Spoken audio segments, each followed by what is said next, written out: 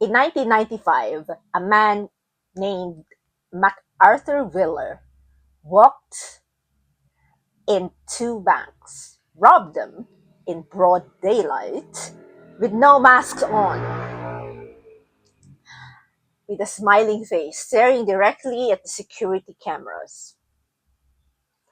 And then later, when he was arrested, the footage was shown to him, and he exclaimed, "But I wore the juice."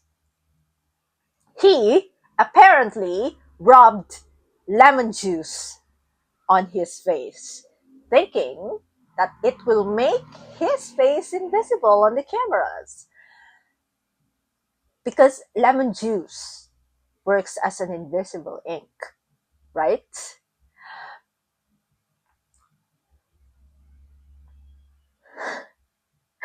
He even tested it beforehand. He took Polaroid selfies of himself and nothing showed. It did not show his face.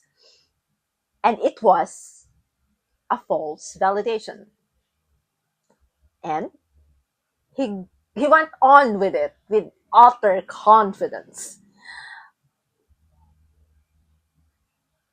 Absolute confidence. My first reaction when I heard this story, when I first read it, it was disbelief. I was, what? How? How can a person think this is going to work? And then I sat in with it longer and I realized Wheeler isn't an exception. He is just the most visible thing that shows what we all carry. In the construction, I have workers, older workers, who has been in the field even before I was born. And these workers sometimes thought they knew everything in this domain, which prompts them to revise things.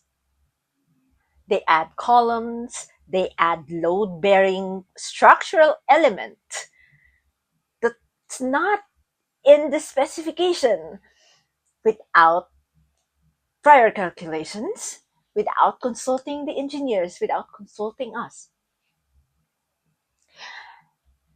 And when questioned, they answer not from fear, not from desperation either, but by ego. And this ego is trying to not make them appear unable and inexperienced because they have peers in that site that respect them because they have a lot more experience, right? They have this fear of looking incompetent in front of their peers. That's not Wheeler. Hubris, exactly. But it's hybrid. It's two things. Ego protection wrapped in experience, that's one. And the second one is the intelligence trap. It's them thinking they have the experience in one domain and it's applicable to everything else in that field. That's intelligence trap right there. And then last night, I was in a wedding. And after that wedding ceremony in the venue, the daughter of the bride, which is my goddaughter, had her 7th birthday. It was a birthday party. And I was assigned to give her a message after I gave my gift. And I talked what I have in mind. There, I was quite in a hurry when I did that, and I quite regret it. I have a lot more things to say, but I was able to give her the core of what I have in mind. I told the little girl, in the simplest way I can, that her parent is going to make mistakes. She will grow up and realize they have made mistakes.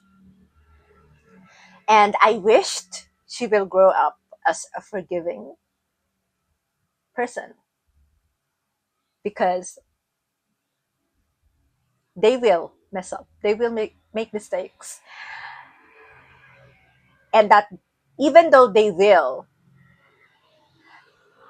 make it out of love for her.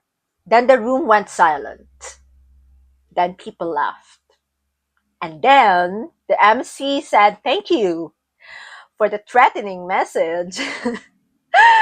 But I was serious. I was joking. And I realized it's just how humans, that's how people express discomfort. That's through laughter. I just wish that message of mine resonated and will resonate with the little girl when she finally realizes it, when she grows up. That came from my heart. It was short, but it's one of the things that I wished someone has given me the chance to treat it as an emotional anchor when I was still a little kid myself. After reading about Wheeler's story, it's one part of the bigger framework on how human irrationality is shown all throughout history.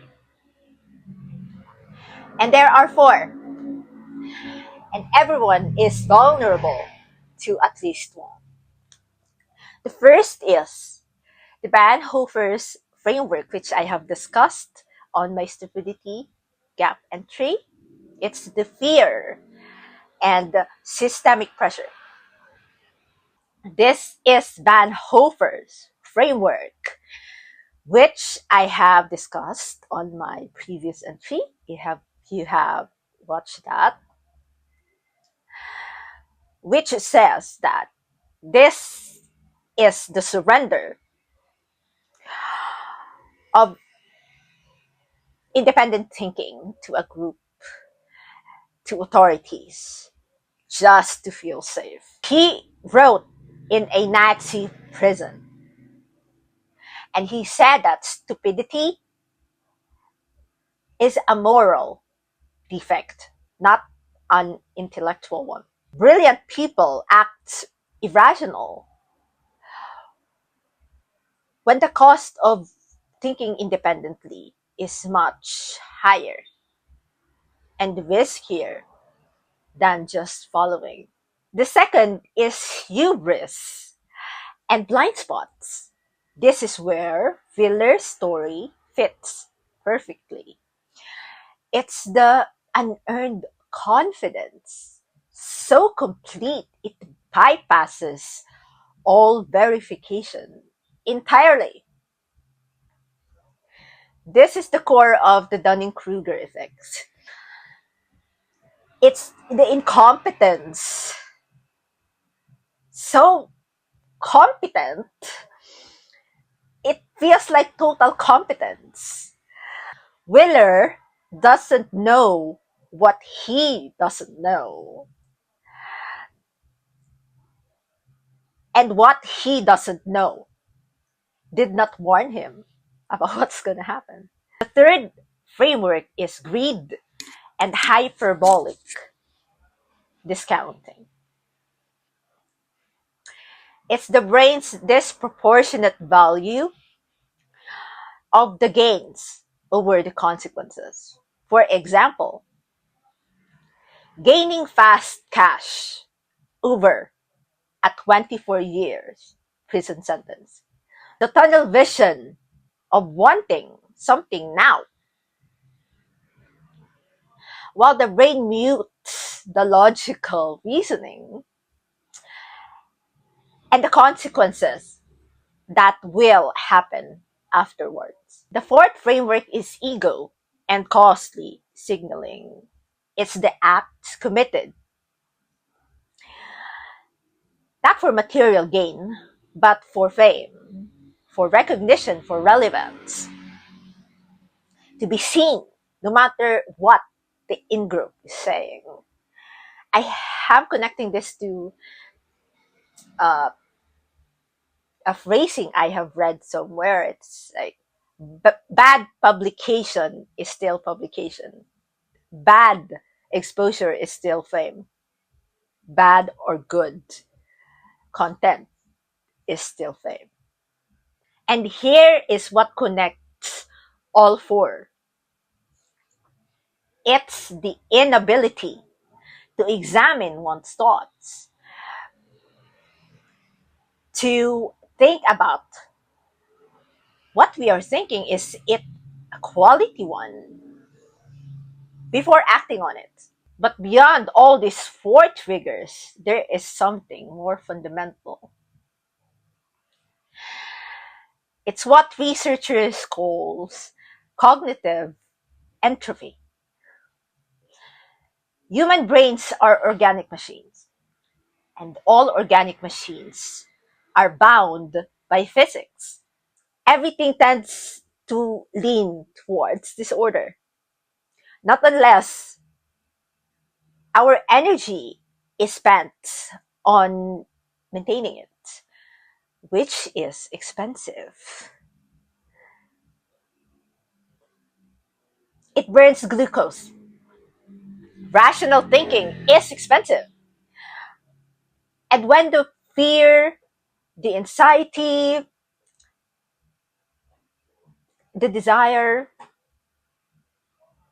appears, the brain cuts energy to the prefrontal cortex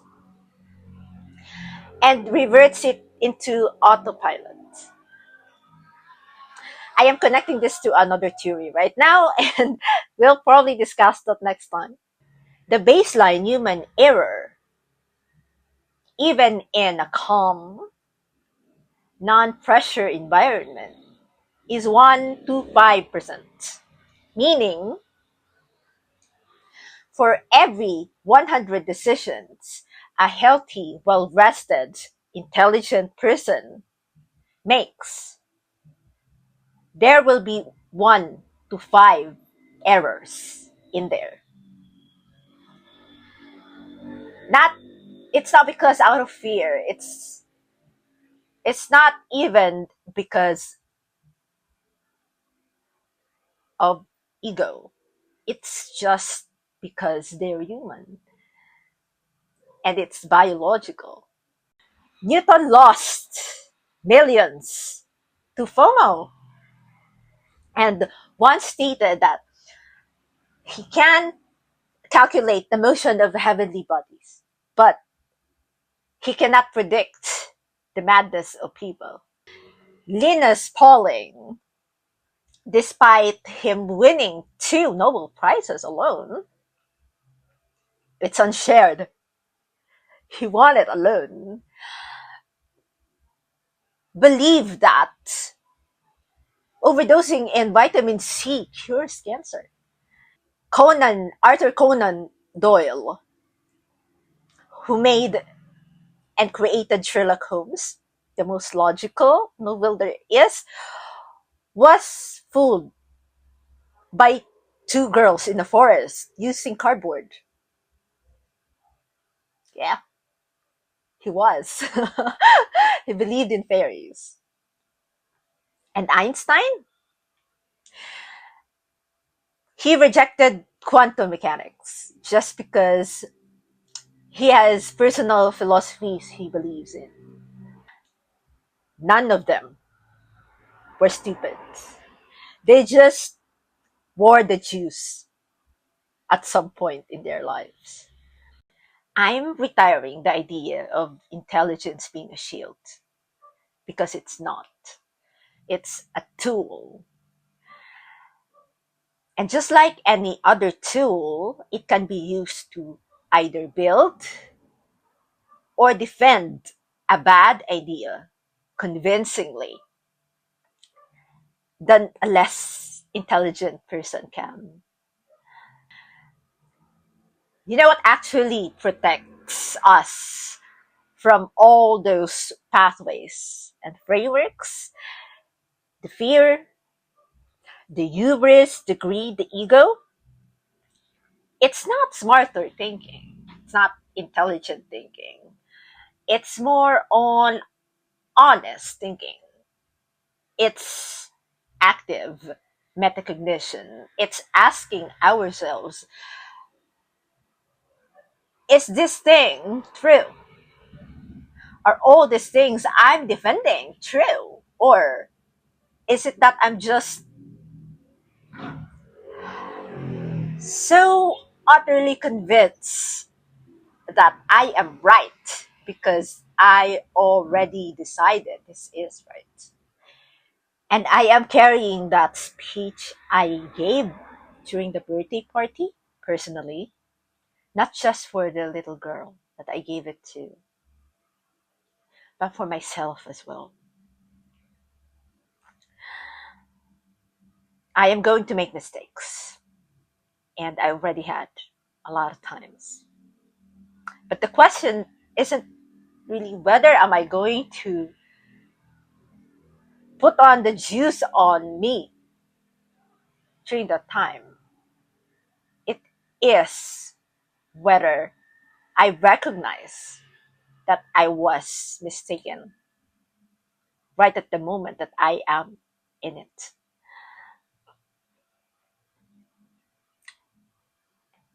And I wanted to forgive myself. That's one thing I haven't told the little girl, but it's forgiveness. Not just for her parents, not just for the people that made mistakes, but for ourselves, for herself. And whether the people around her or me, us, can forgive because it came from being human. And we're not broken because we're human. Wheeler was arrested hours after that robbery with a genuine disbelief in his face. No performance whatsoever. He was a man who did the test, a false test, and then trusted the false result and got in the bank, robbed, smiling. We all have that version of the lemon juice, a belief so confident it bypassed every verification. We have this plan so certain it skips all tests there is. The difference between Wheeler and the rest of us is not intelligence. It is just that our juice moments happened less documented than a bank's security camera.